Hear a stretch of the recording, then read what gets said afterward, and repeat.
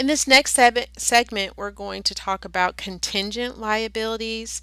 Contingent liabilities. So here we are talking about liabilities that are contingent on different possibilities. And so what that means is, what is the likelihood that these liabilities will take place? So in other words, there are known liabilities, which we can answer the questions of who, what, where, why, and how, which in other words, we can say, okay, I know that I took out a loan, right?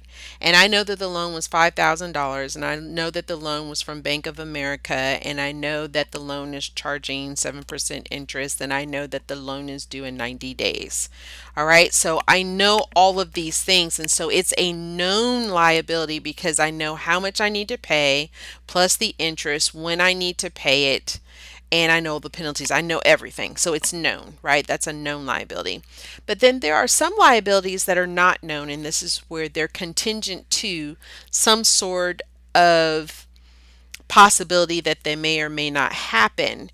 And so these are what we call potential liabilities that can come from something that we did in the past based on certain events.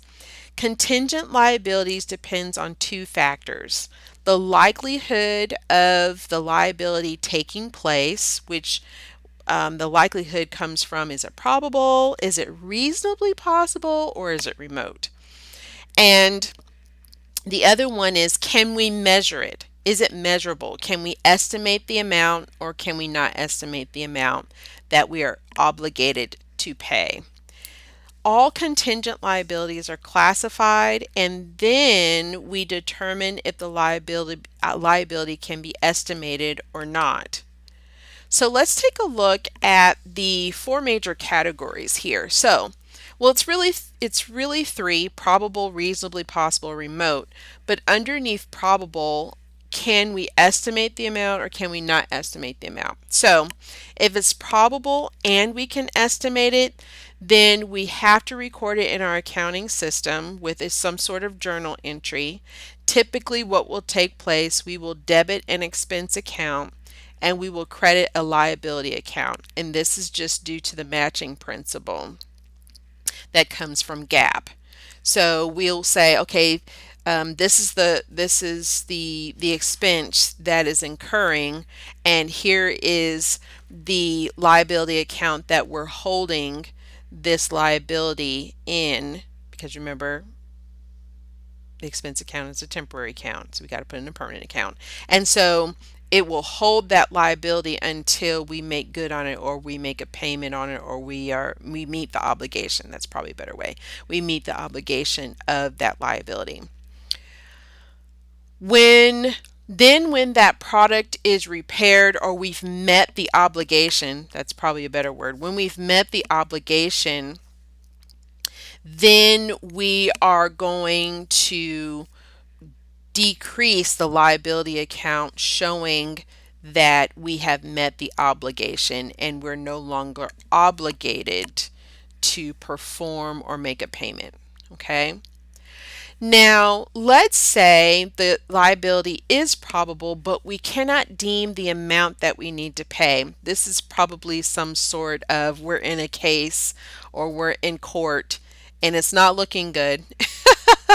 And we're probably going to have to make a payment, or a customer slipped and fell in our store. Probable that we're obligated to meet the medical bills or pay some sort of something to the customer who hurt themselves in our store on our property, but we're not sure of the amount just yet based on insurance and all of the things, right?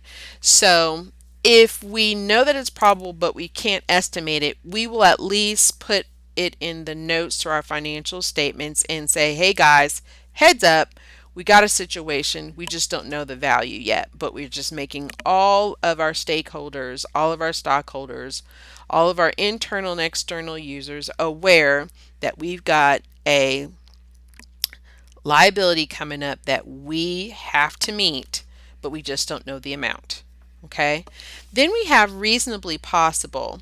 And reasonably possible is like, yeah, it could happen, but Yeah, that's just kind of like we've done some risk mitigation here, and it's probably not going to happen, but it could. It could.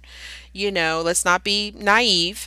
But since it's not probable and we can't estimate it, place a value to it, there's no need recording it in the accounting system, but we could disclose it and say this is reasonably possible. So here's the plan in place, or here's what we've set aside, or I'm not set aside because we're not doing that, but just giving everyone's a heads up. Okay.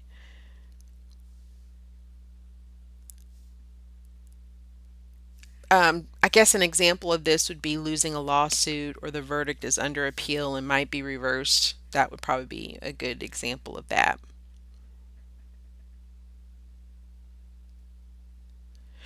Probable and not being able to estimate it. If I were to give an example for that one, I would probably say a company accidentally pollutes a river and the cost of cleanup and the fines can't be estimated just yet. That's probably a good one for that. Then we have remote. And so remote is that, yeah, it's not going to happen. Anybody can slip and fall in our store. But the likelihood of it happening is remote, because what we're not going to do is mop the floor while there's hundreds of customers in there. We're going to wait till later, or we're going to put out the little signs. We're going to cut off the aisle. You can't go down this aisle because it's wet. All the things, right? So in that situation, if the contingency is remote, highly likely not to happen. There's no need to record it or place a disclosure in the financial statements. An example beyond, in slipping and falling is that we've gotten sued, but it's a strong likelihood that we are going to win, which means we don't make a payment or anything. So there's no point in even placing a note or even journalizing it. Okay.